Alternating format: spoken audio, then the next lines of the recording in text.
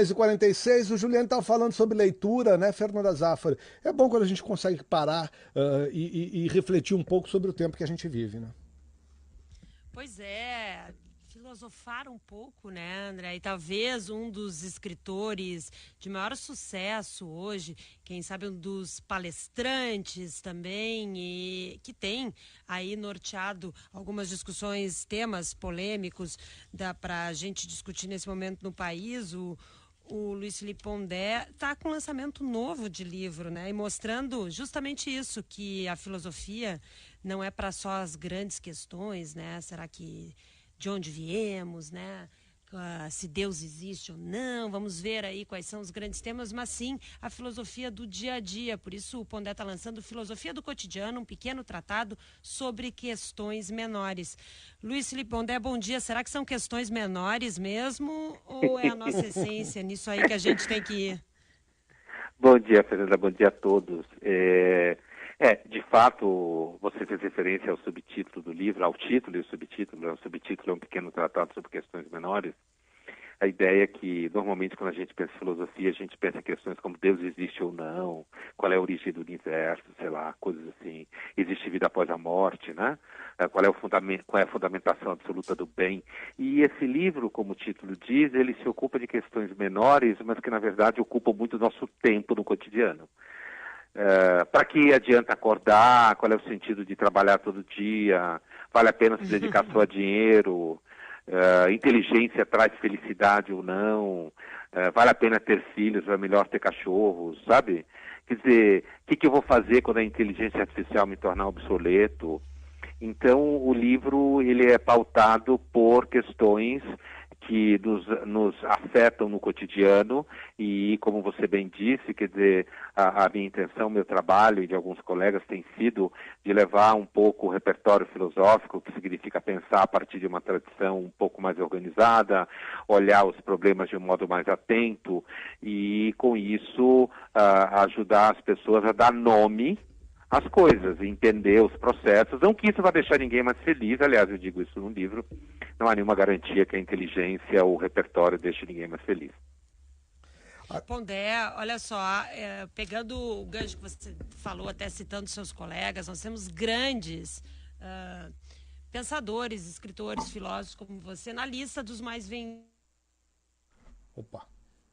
A Fernanda perdeu nossa conexão com Londres, mas acho que ela ia te perguntar sobre essa questão dos filósofos todos estarem dominando as listas dos mais vendidos e desse interesse das pessoas um pouco em pensar o tempo da gente, hein, Pondé? Eu e a Fernanda fizemos agora uma pergunta conjunta no programa.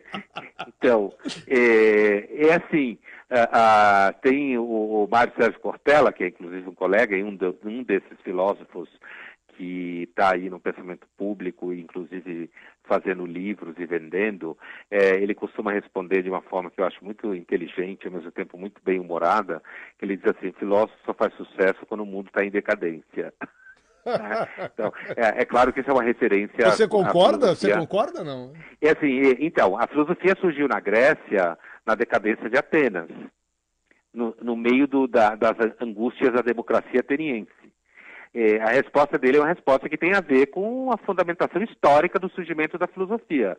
É uma resposta bastante sólida filosoficamente, né? Você pergunta se eu concordo. Apesar de ser bem-humorada, né, que é a característica do modo de pensar do Cortella, por isso chega a tantas pessoas, é bem-humorada, mas é consistente. Quer dizer, a filosofia, ela está vinculada à busca de entendimento das coisas, de organização da vida, de percepção da realidade política, social ou mesmo espiritual.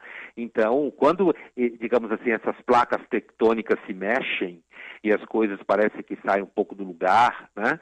É normal que as pessoas comecem a fazer perguntas e busquem ter respostas para essas perguntas. Existe um outro fator hoje, que é bem tipo de hoje, que é a acessibilidade que as mídias sociais deram aos conteúdos, em geral, inclusive aos conteúdos filosóficos.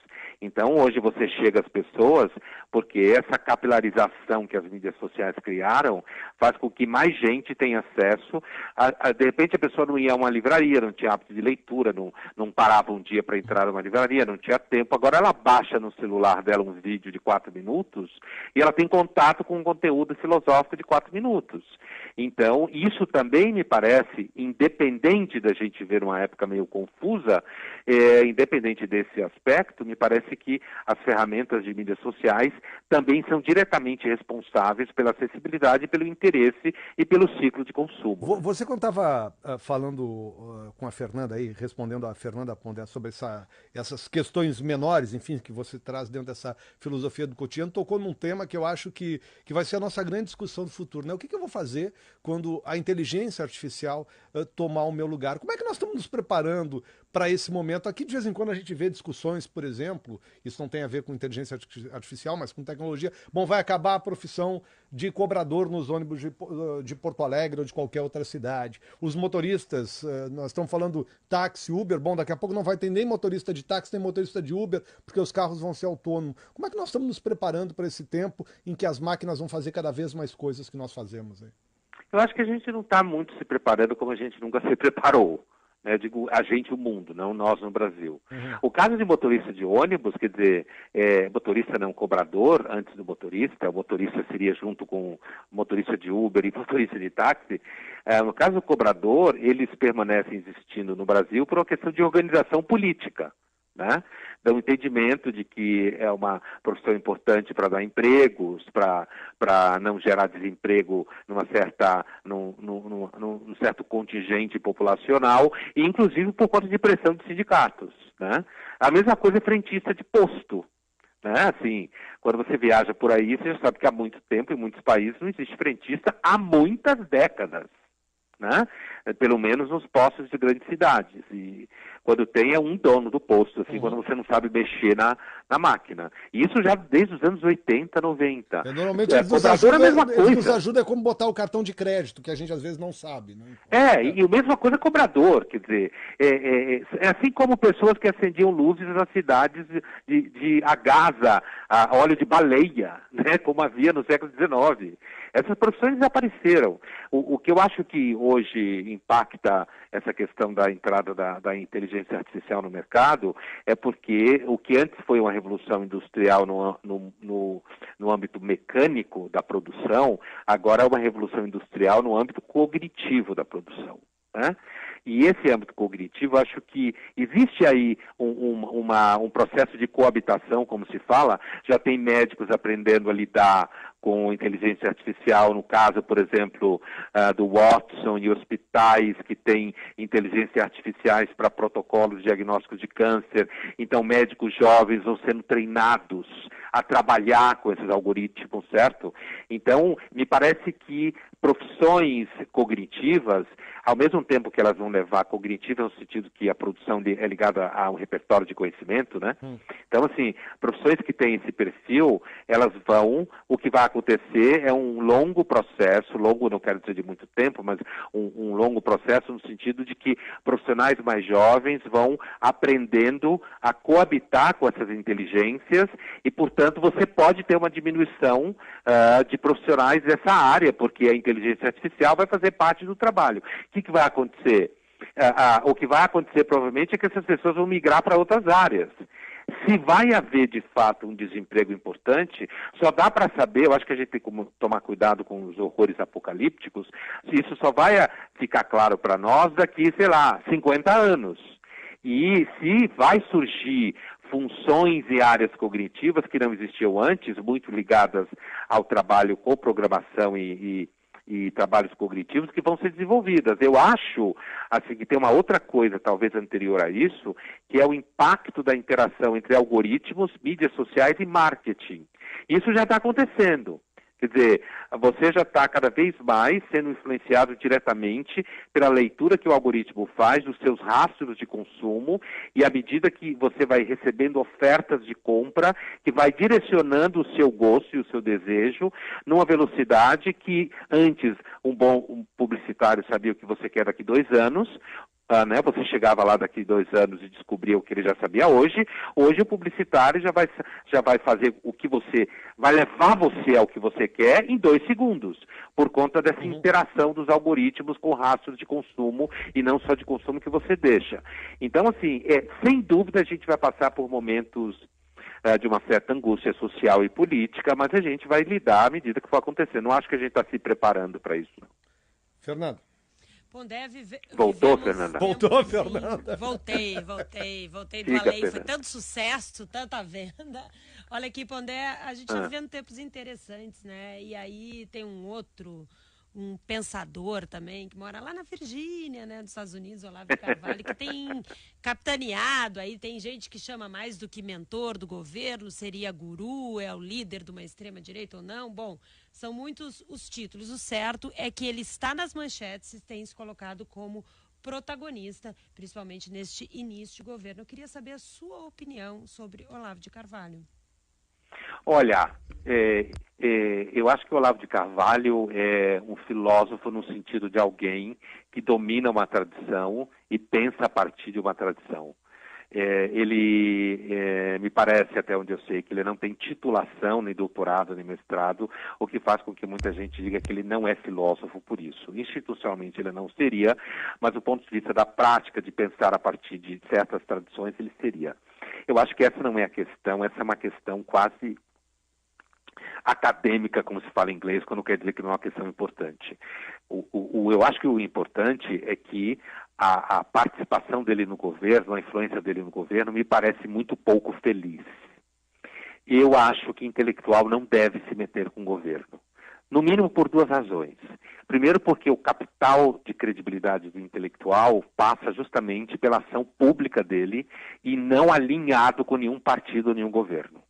Eu sei que muitos intelectuais importantes no Brasil cometeram erros ao longo do governo do PT, inclusive se associaram ao governo do PT e pagando preço por isso. Agora, a outra razão, Fernanda, é que intelectual não entende de gestão pública. Então, o intelectual não tem que se meter na forma como o governo age. Né? O máximo que um intelectual especializado naquilo que se chama em ciência política de statecraft, significa, digamos assim, as ações práticas de como funcionam governos a partir da observação histórica e empírica dos governos, o intelectual pode ser alguém que entende a máquina do governo como um todo. Não é o caso do Olavo de Carvalho, até onde eu sei, ele não está perto do que seria um cientista político especializado em máquina do governo, statecraft, como se fala. Não me parece, não é. Eu li 2 livros dele, o Imbecil Coletivo Jardim das Aflições, do passado, e não me parece que seja o caso. Agora, também me parece uma influência infeliz, porque ela está associada ao clã Bolsonaro, e o clã Bolsonaro, eu creio que pode destruir o governo Bolsonaro. Até agora o Bolsonaro não mostrou que sabe governar, tem sido muito infeliz na sua governança, tem criado problema para os setores, digamos assim, mais organizados do governo dele, principalmente na área econômica, que é a grande questão do país agora, e me parece que os filhos do Bolsonaro pode ter sido importante na vitória, o Carlos, por exemplo, na vitória por conta das mídias sociais, mas tem feito essa queda de braço com os militares, me parece que tem sido um péssimo negócio, inclusive porque o vice-presidente Mourão tem demonstrado maior razoabilidade na lida com o dia a dia do governo do que o próprio Bolsonaro. Então acho ruim a influência do Olavo de Carvalho. Deixa eu só destacar, Pondé, porque para quem está nos ouvindo assim, bom, você não é e nunca foi petista, né? Para que as pessoas saibam que você está falando do governo Bolsonaro, com a isenção que a gente precisa olhar para governos, né? Antes que alguém me diga hoje aqui, eu sei como é que é. Eu estou acostumado assim, quando alguém faz qualquer crítica, eu já recebo, tira esse petista do ar, não é então o seu fala caso. para essa pessoa que falou isso, para ela não perder o tempo dela e ela ler mais e se informar melhor. Hoje, essa polarização entre o que é petista e o que é bolsominho, dos dois lados, que faz parte lá do jogo da eleição, né? Com a eleição a gente sabe que é uma questão de propaganda, mas hoje essa polarização só está fazendo mal à organização do governo, e alguém me chamar de petista é, na verdade, uma demonstração de falta de repertório. E nunca me ouviu antes ainda também. Sim, alguém que provavelmente só lê meme do grupo do Bolsonaro, ou meme do grupo do PT. Né? Olha, nós não vamos estar hoje à noite na Livraria da Vila, na Fradique Coutinho, em São Paulo, mas esperamos aqui em Porto Alegre, em algum momento, para também fazer uma sessão de autógrafo do seu novo livro. Obrigado, viu, Pondé? Obrigado a vocês, foi um prazer como sempre.